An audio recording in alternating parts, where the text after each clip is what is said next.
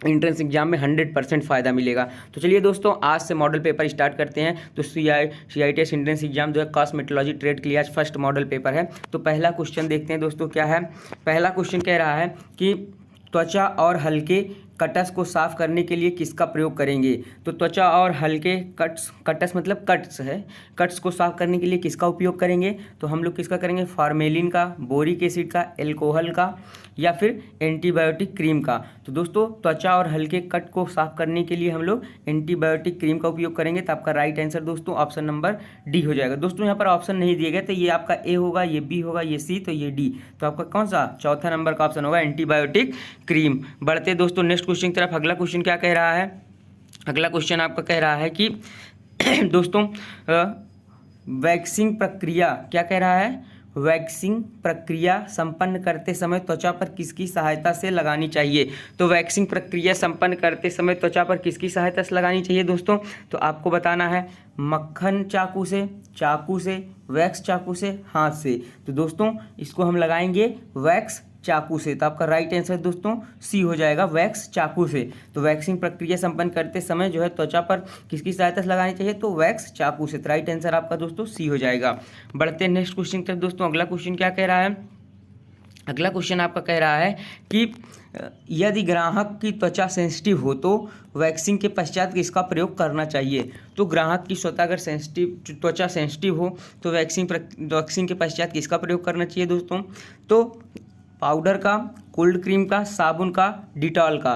तो किसका उपयोग करेंगे दोस्तों। तो हम लोग इसमें उपयोग करते हैं कोल्ड क्रीम का। किसका उपयोग करेंगे, कोल्ड क्रीम का। तो आपका राइट आंसर दोस्तों बी हो जाएगा, कोल्ड क्रीम का।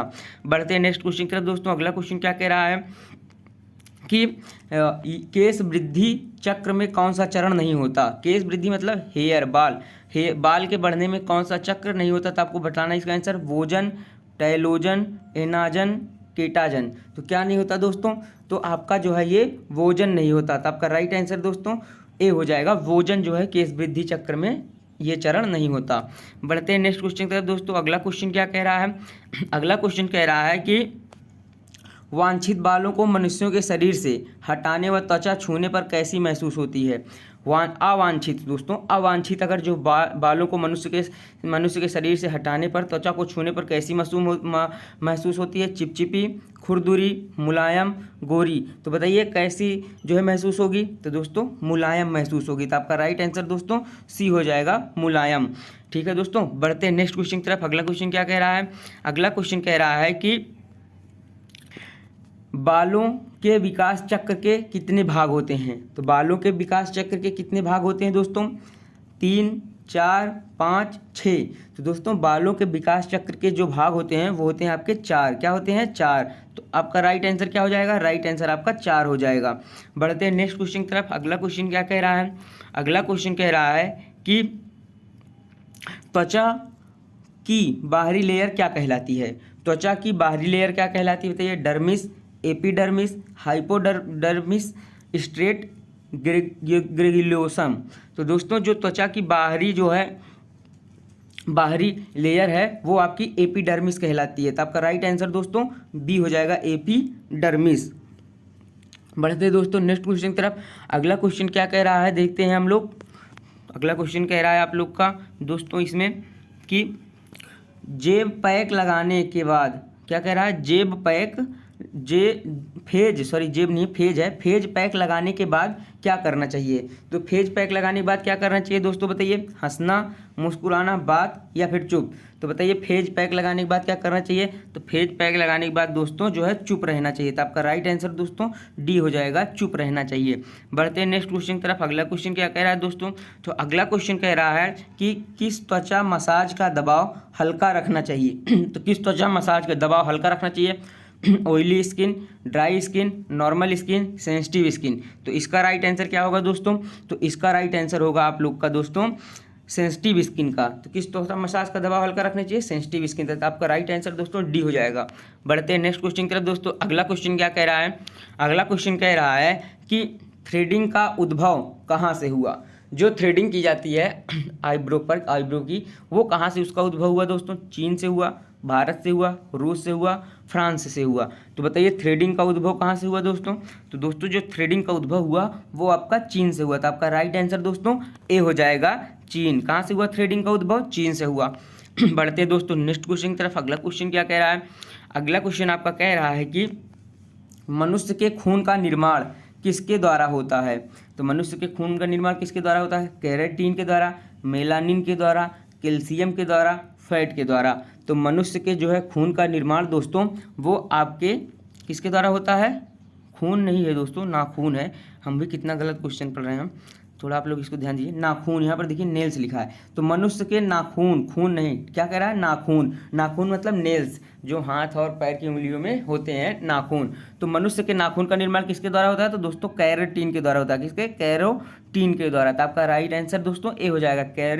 केरेटिन दिया है लेकिन कैरोटीन द्वारा होता है। तो आपका राइट आंसर दोस्तों ए होगा। दोस्तों नाखून है, खून नहीं है। मनुष्य के नाखून का निर्माण कह रहा है। तो आपका राइट आंसर दोस्तों ए हो जाएगा। बढ़ते हैं नेक्स्ट क्वेश्चन की तरफ दोस्तों। अगला क्वेश्चन क्या कह रहा है? बहुत ही अच्छा क्वेश्चन है कि नाखूनों की जड़ों का निर्माण किससे होता है? तो जो नाखून की जड़ें होती हैं उसका निर्माण किससे होता है? तो बताना है आपको नाखून की जड़ों का निर्माण किससे होता है। तो क्यूटिकल से, टिश्यू से, मैट्रिक्स से, लूनूला से। तो आपका राइट आंसर दोस्तों क्या होगा? तो आपका राइट आंसर हो जाएगा टिश्यू से। किसके? मनुष्य जो जड़ों का निर्माण जो होता है नाखूनों की वो होता है आपके टिश्यू से। तो आपका राइट आंसर दोस्तों बी हो जाएगा, टिश्यू से। बढ़ते हैं दोस्तों नेक्स्ट क्वेश्चन की तरफ। अगला क्वेश्चन क्या कह रहा है? अगला क्वेश्चन कह रहा है आप लोग का दोस्तों कि मैनीक्योर कितने प्रकार के होते हैं? तो मैनीक्योर कितने प्रकार के होते हैं दोस्तों आपको बताना है। 3 प्रकार के, 4 प्रकार के, 5 प्रकार के, 6 प्रकार के। तो मैनीक्योर कितने प्रकार के होते हैं दोस्तों? तो मैनीक्योर आपके होते हैं दोस्तों 4 प्रकार के। तो आपका राइट आंसर दोस्तों बी हो जाएगा, 4 प्रकार के। दोस्तों ये सारे क्वेश्चन बहुत इंपॉर्टेंट हैं। अगर आप CITS एंट्रेंस एग्जाम की तैयारी कर रहे हैं तो जरूर इस यूट्यूब चैनल को सब्सक्राइब करके जुड़ जाइए, क्योंकि दोस्तों ये क्वेश्चन बहुत ही इंपॉर्टेंट है। आप लोग इससे जुड़ेंगे तो आपको बहुत ही फायदा होगा, क्योंकि ये मॉडल पेपर यही question same as it is आपके एग्जाम में आपको देखने को मिलेंगे। तो बढ़ते हैं नेक्स्ट क्वेश्चन की तरफ दोस्तों। अगला क्वेश्चन क्या कह रहा है? अगला क्वेश्चन कह रहा है दोस्तों कि आपका निम्न में से नेल डिसऑर्डर कौन सा है? तो बताइए नेल का डिसऑर्डर कौन सा है? तो आपका एक ऑप्शन ये है, एक ये है, एक ये है, एक ये है। तो नेल डिसऑर्डर कौन सा है दोस्तों? हाइपरट्रॉफी नाखून, आनिकोमाइकोसिस, नेल पिंटिंग, पैरोकिया। तो आपको बताइए निम्न में से नेल डिसऑर्डर कौन सा है? तो दोस्तों आपका जो नेल डिसऑर्डर है वो है आपका हाइपरट्रॉफी नाखून। तो आपका राइट आंसर दोस्तों ए हो जाएगा। बढ़ते हैं दोस्तों नेक्स्ट क्वेश्चन की तरफ। अगला क्वेश्चन क्या कह रहा है? अगला क्वेश्चन कह रहा है कि नीडिंग की क्रिया का तकनीकी नाम क्या है? तो नीडिंग की क्रिया का तकनीकी नाम क्या है? पैट्रिसेज, फ्रिक्शन, इफ्ल्यूरेज, टेपोमेंट। तो टेपोमेंट इसमें से जो है आपका नीडिंग की क्रिया का तकनीकी नाम क्या है? तो दोस्तों जो नीडिंग की क्रिया होती है उसका तकनीकी नाम जो है वो होता है आपका पैट्रिसेज। तो आपका राइट आंसर दोस्तों आपका ए हो जाएगा, पैट्रिसेज। बढ़ते दोस्तों नेक्स्ट क्वेश्चन की तरफ। अगला क्वेश्चन क्या कह रहा है? अगला क्वेश्चन कह रहा है कि शैम्पू क्या है? तो आपको बताना है शैम्पू क्या है दोस्तों। क्या है? हेयर केयर उत्पादक है, स्किन केयर उत्पादक है, मेकअप उत्पादक है, नेल केयर उत्पादक है। तो दोस्तों शैम्पू क्या है? एक हेयर केयर उत्पादक है। क्या है? एक हेयर केयर उत्पादक है। तो आपका राइट आंसर दोस्तों ए हो जाएगा, हेयर केयर उत्पादक है। बढ़ते हैं दोस्तों नेक्स्ट क्वेश्चन की तरफ। अगला क्वेश्चन क्या कह रहा है? बहुत ही अच्छा क्वेश्चन है दोस्तों, देखते हैं अगला क्वेश्चन क्या कह रहा है। अगला क्वेश्चन कह रहा है कि कंडीशनर क्या है? तो कंडीशनर क्या है आपको बताना है। कंडीशनर क्या है? मेकअप उत्पादक, स्किन केयर उत्पादक, हेयर केयर उत्पादक, नेल केयर उत्पादक। तो जो आपका कंडीशनर होता है दोस्तों वो क्या होता है? कंडीशनर भी आपका क्या होता है? एक प्रकार का हेयर केयर उत्पादक होता है। तो आपका राइट आंसर दोस्तों सी हो जाएगा, ये भी हेयर के केयर के लिए होता है। ठीक है दोस्तों, बालों की देखभाल के लिए। तो आपका राइट आंसर दोस्तों सी हो जाएगा, हेयर केयर। बढ़ते हैं नेक्स्ट क्वेश्चन की तरफ। अगला क्वेश्चन क्या कह रहा है? कह रहा है दोस्तों कि शैम्पू खरीदते समय क्या ध्यान देना चाहिए? तो शैम्पू को जो खरीदते हैं तो बताइए उस टाइम पर क्या ध्यान देना चाहिए? शैम्पू को खरीदते समय क्या ध्यान देना चाहिए? विज्ञापन पर, गुणवत्ता पर, मूल्य पर, मात्रा पर। तो दोस्तों अगर हम शैम्पू खरीदते हैं तो हमें जो है उसके जो है गुणवत्ता पर ध्यान देना चाहिए। कौन सा राइट आंसर होगा? राइट आंसर आपका बी हो जाएगा, उसकी गुणवत्ता पर ध्यान देंगे, क्वालिटी पर ध्यान देंगे। राइट आंसर आपका बी हो जाएगा। बढ़ते दोस्तों नेक्स्ट क्वेश्चन की तरफ। अगला क्वेश्चन क्या कह रहा है? अगला क्वेश्चन कह रहा है कि